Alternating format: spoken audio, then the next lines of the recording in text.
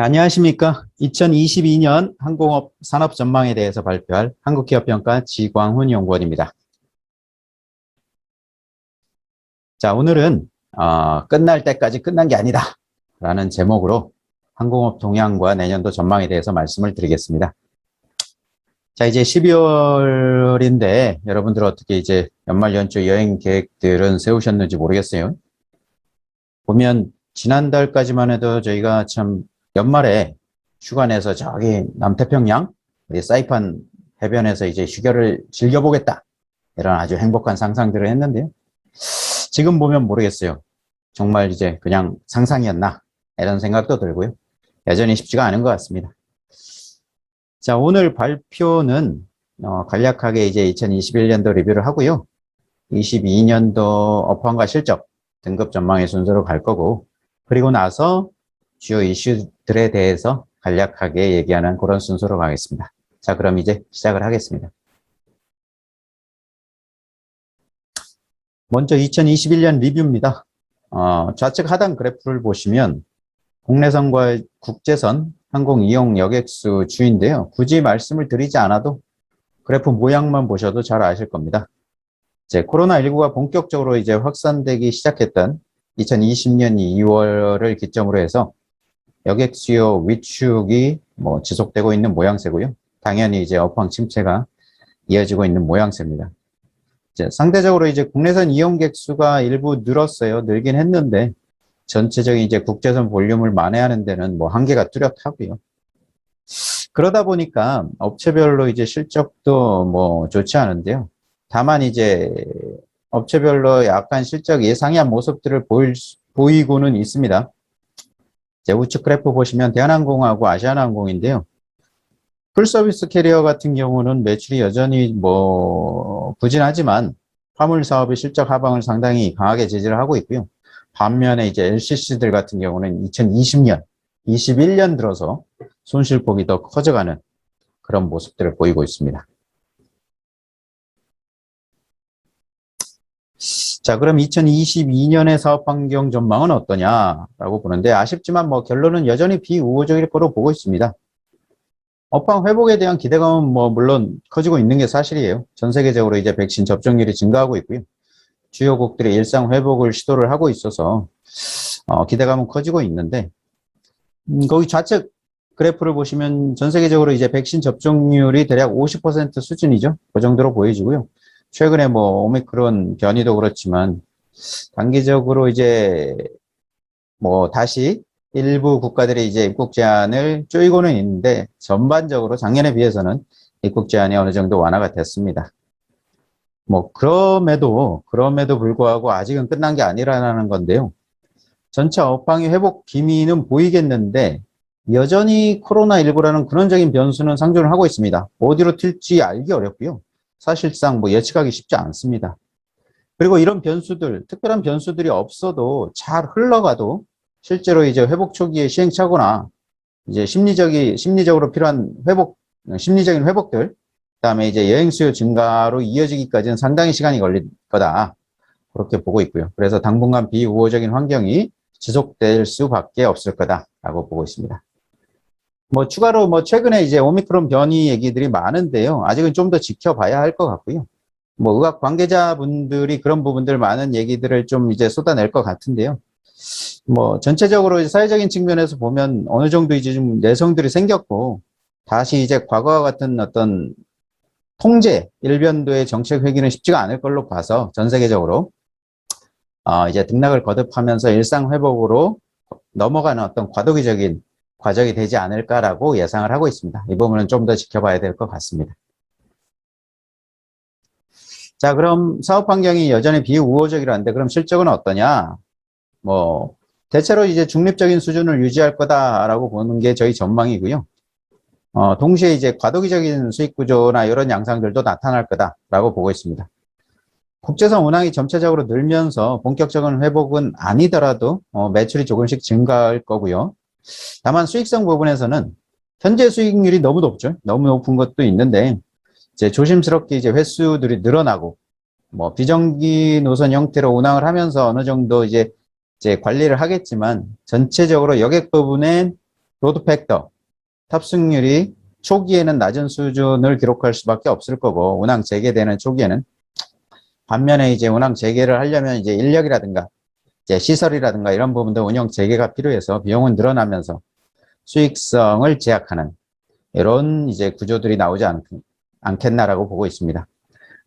최근에 이제 환율이나 이제 상승하고 있는 이제 유가 이런 부분도 부담이 되겠는데, 이건 뒤에서 다시 한번 말씀을 드리고요. 다만 이제 다행인 거는 이 과정에서도 화물 부분이 이제 버틸 거라는 거죠.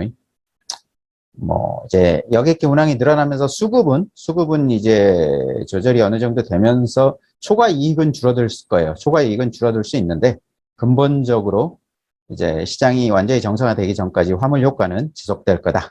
그렇게 보고 있습니다. 자, 신용도 변동 가능성은 크지 않아 보입니다. 당사가 이제 이어 등급을 보유한 대한항공의 경우인데요. 기존에 이제 부정적이었던 등급 전망을 9월에 안정적으로 변경을 이미 했고요. 코로나 상황은 지속되고 있는 건 사실인데, 예상보다 이제 화물 실적을 통해서 이익 창출 기반이 견고했고요. 현재도 그렇고 재무 안축력을 어느 정도 확보하고 유지를 하고 있다는 측면에서 등급 전망 안정적으로 변경을 했었고요. 현재도 향후에도 이런 부분들은 전망은 여전히 유효한 걸로 그렇게 생각을 합니다. 다만 이제 저희가 유효 등급은 없는데 LCC들 같은 경우는 여전히 뭐 쉽지 않아 보입니다. 어려울 거다라고 생각을 하고요. 여전히 이제 유동성 리스크라는 부분들 배제할 수 없을 거다. 그렇게 생각을 하고 있습니다. 이 부분 뒤에서 다시 한번 말씀을 드리겠습니다. 자, 산업 내 주요 이슈입니다. 우선 항공업의 가장 큰 이슈인데요. 아시아나항공 인수권이죠. 기존에도 이제 코멘트를 통해서 여러 차례 의견을 제시한 바는 있는데요. 아시아나항공 인수해도 대한항공 신용도에 큰 변화는 없을 거다라고 보고 있습니다. 인수 부담이 뭐 제한적이고요. 이미 지금 1.5조 유상 증자에 3천억 영구채 인수하기로 해서 총 1.8조 정도 예상을 하고 있는데, 인수 비용이죠. 인수 대금 1.8조 예상을 하고 있는데, 약간 1조, 약이 아니고 1조 정도가 이미 들어갔고요. 8천억 정도 지금 남아있는 상황입니다. 그리고 이제 사업적인 측면에서도 뭐 조건부 승인이 일부 뭐 예상은 됩니다. 예상은 되는데 전체적인 시장 주도권을 가져간다. 라는 점에서, 영향은 제한적일 거다라고 생각을 하고 있고, 그 생각에 변함은 없습니다. 물론 이제 사업적인 시너지 부분이라든가 아시아나항공이 이제 편입되면서 재무적인 부담들 얼마나 완화할 수 있을 거냐, 이런 부분들은 이제 중장기적인 시각에서 관전 포인트이기는 합니다. 반면에 이제 앞서서 잠깐 얘기했던 LCC 얘기인데요. 저비용 항공사들 실적 회복이 가능할 거냐, 이 부분들은 쉽지 않을 거다라는 게 생각이고요. 코로나가 회복되는 시점에서 뭐 펜트업 효과 때문에 다소 가려져 보일 수는 있는데, 결과적으로 이제 풀 서비스 캐리어하고 실적이 양극화가 심화될 가능성이 있고요. 상대적으로 코로나 회복도 느릴 겁니다. 이제 중국이나 동남아 노선에 의지를 하고 있는데, 상대적으로 미주나 유럽에 비해서 회복 속도가 느릴 수밖에 없고요. 그다음에 근본적으로 이제 공급 과잉 이슈가 하나도 해소가 되지 못했어요. 코로나 겪으면서 자체적으로 이제 구조조정들이 있을 거다라고 기대를 했는데, 아직까지 그런 부분들 보이지 않고 있고요. 여전히 공급 과잉 이슈가 코로나 이후에도 불거질 거라고 그렇게 보고 있습니다. 그리고 이제 그동안 LCC들 성장 배경이 되어왔던 일본 노선은 이제 코로나하고 관계없이 정치적인 어떤 여러 부분들이 걸려 있어서 회복이 유연하다라는 측면에서 LCC들 실적 회복에 여전히 물음표가 달리고 있습니다. 자, 마지막으로 이제 에너지 원자재 가격 인상 부분인데요. 유가. 결국은 유가죠. 유가 관련했는데, 지난해 초에 이제 코로나 발발하면서 유가가 급락한 이후에, 유류비 부담이 낮아지면서 실제로 이제 최근까지 항공사들의 이익 창출이나 이제 손실을 축소하는 데 기여한 게 사실입니다. 실제로 밑에 그래프에서 주요 영업비용들 비중들 보면 연료비 비중이 많이 줄었는데요. 그런데 이제 최근에 유가가 예상보다 상당히 빠르게 올라오고 있어요. 그래서 그런 부분들 분명히 비용 부담이 될 수밖에 없고, 향후에 이제 여객 수요가 회복되는 시점에서 낮은 가동률은 낮은데 이제 비용 부담은 먼저 올라오면서 이런 부분들이 부담이 될 수 있을 걸로 봅니다. 전체 비용 중에 연료의 비중이 약 한 뭐 20, 30% 수준인데요.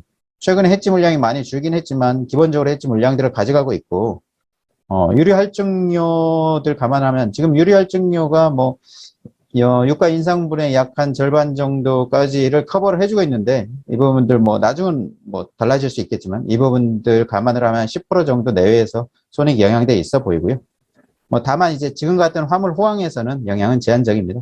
그쪽 뭐 어쨌든 시장의 수급 상황이 그런 거고요. 이 정도로 이슈는 말씀을 드리고 마지막으로 간략히 정리를 해보면 내년도 항공업 업황은 여전히 비우호적이다. 근데 이제 여객이 조금씩 회복되면서 매출이 증가하겠지만 증가폭은 크지 않고 과도기적인 어떤 수익 구조로 오히려 수익률은 다소 낮아질 수 있다. 그렇게 보고 있습니다. 그리고 대한항공의 이제 대한항공을 비롯한 풀서비스 캐리어들의 이제 등급 변동 가능성은 크지 않은데 유효 등급은 없지만 LCC들의 사정은 유념해서 지켜봐야 된다. 이런 정도로 정리를 하겠습니다. 자, 오늘 긴 시간 경청해 주셔서 감사합니다.